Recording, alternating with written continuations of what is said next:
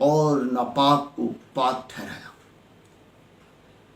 واضح ہے کہ روئے زمین پر جو ہے غضب الہی انسان کی بدعملی اور بدعمالی کے سبب سے، بدی کے سبب سے آتی ہے۔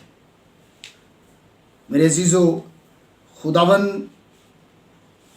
جب غضب الہی کے بارے میں ہم دیکھتے ہیں تو خدا کے کلام مقدس میں پیدائش 6واں باب اور اس کی 11ویں سے 12ویں آیت میں بیان ہے، پر زمین خداوند کے آگے ناراض ہو گئی تھی اور وہ ظلم سے بھر گئی تھی،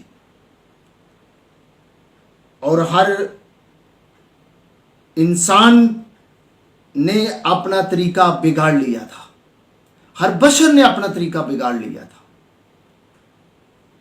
جب پہلی دفعہ روئے زمین پر غضب الہی نازل ہوا تو ظلم، بدی اور ناراضگی کے سبب سے خدا کا غضب بھڑکا اور خدا نے طوفان سے انسان کو مارنے کا فیصلہ کر لیا، اور طوفان نوح سے بدکار مر مٹے سوائے مقدس نوح کے گھرانے کی۔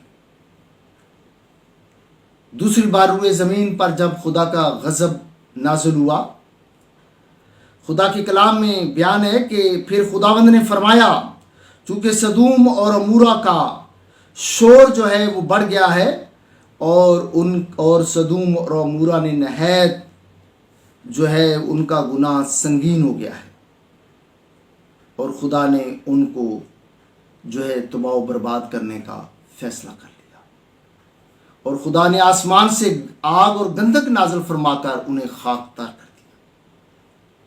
میرے عزیزو، تیسرا اور موجودہ دور میں، عصر حاضر میں غضب الہی جو ہے وہ کیوں ہوا؟ اس لیے کہ جیسا کہ دوسری جب غضب الہی نازل ہوا تو ہم دیکھتے ہیں کہ سدوم اور عمورہ کے اندر لوگ جو ہے وہ بد فعلی اور بدی اور لونے بازی کے سبب سے ہلاک ہوئے۔ ان دونوں ملکوں پر خدا کا غضب آگ اور گندک کی صورت میں آسمان سے نازل ہوا اور جل کر خاک تر ہوا۔ شریعت کے خلاف جانوروں کو کھانے اور شریعت کو مروڑنے اور پاک اور ناپاک کو جو ہے خدا کے خلاف بیان کرنے کے سبب سے لوگ موجودہ دور کے اندر جو ہے کورونا کی صورت میں ہلاک ہو رہی ہے۔ یہ سوال پیدا ہوتا ہے کہ موجودہ دور میں کس طرح کورونا سے بچا جا سکتا ہے؟ اگر ہم خدا کتاب مقدس میں سے مقدس یسایہ کے بیان کو پڑھیں، جو اس نے 26ویں باب 20ویں آیت میں کہا ہے کہ اے میرے لوگوں، اپنے خلوت خانوں میں داخل ہو اور اپنے پیچھے دروازوں کو بند کر لو اور اپنے آپ کو تھوڑی دیر تک چھپا رکھو جب تک غضب الہی ٹل نہ جائے، کیونکہ دیکھو خداوند اپنے مقام سے چلا آتا ہے تاکہ زمین کے باشندوں کو ان کی بدکاری کی سزا دے، اور زمین اس خون کو زہر کرے گی جو اس میں ہے، اپنے مقتولوں کو ہرگز نہ چھپائے گی۔ میرے عزیزو، پہلا غضب الہی سے بچنے کا طریقہ یہ ہے کہ خود کو مکمل طور پر لاک ڈاؤن کر لیں، جو کہ 640 برس قبل از مسیح میں اس کی پیش گوئی بچنے کے لیے کہ یہ غضب الہی سے کس طرح کورونا سے بچ سکتے ہیں۔ دوسری بات، مقدس پالوس رسول جو ہیں وہ رومیوں کی کلیسیا کو خط لکھتے ہیں کہ اپنے گناہوں سے سچی توبہ کرنے کے سبب سے آپ خدا کے غضب الہی سے بچ سکتے ہیں۔ مقدس پالوس رومیوں کی کلیسیا کے نام خط جب لکھتے ہیں تو اس کے 5ویں باب کی 8ویں اور 9ویں آیت میں بیان کرتے ہیں، لیکن خدا اپنی محبت کی خوبی ہم پر یوں ظاہر کرتا ہے کہ جب ہم گناہ گار ہی تھے تو مسیح ہماری خاطر موا، پس جب ہم اس کے خون کے باعث اب راست باز ٹھہرے تو اس کے وسیلے سے غضب الہی سے ضرور ہی بچ جائیں گے۔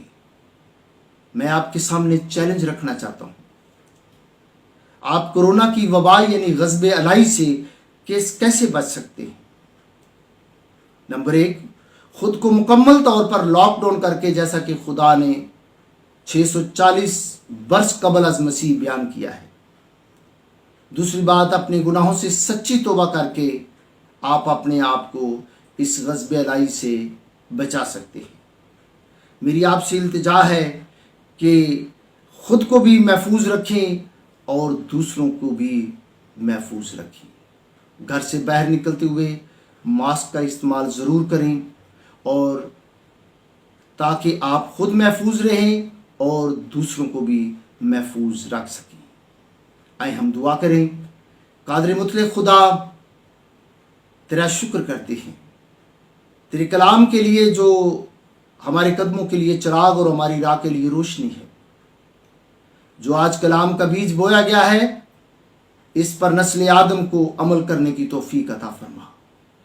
تو میرے وطن عزیز کو، پاکستان کو کورونا کی وبا سے شفا عطا فرما۔ جو کورونا وائرس سے بیمار ہیں تو انہیں شفا عطا فرما۔ پوری انسانیت کے لیے تو تجھ سے التجا کرتا ہوں کہ کورونا کی وبا سے، غضب الہی سے شفا عطا فرما، نجات عطا فرما، کیونکہ تو خداوند کسی کی ہلاکت نہیں چاہتا بلکہ تو سب کی توبہ تک نوبت چاہتا ہے۔ ہر شخص کو اپنے گناہوں سے توبہ کی توفیق عطا فرما، کیونکہ سب نے گناہ کیا اور خدا کے جلال سے محروم ہے۔ یہ سب کچھ تیرے بیٹے اپنے خداوند یسوع مسیح کے نام سے مانگتے اور ہمیشہ پاتے ہیں، آمین۔ خدا باپ، بیٹے، روح القدس کے نام سے۔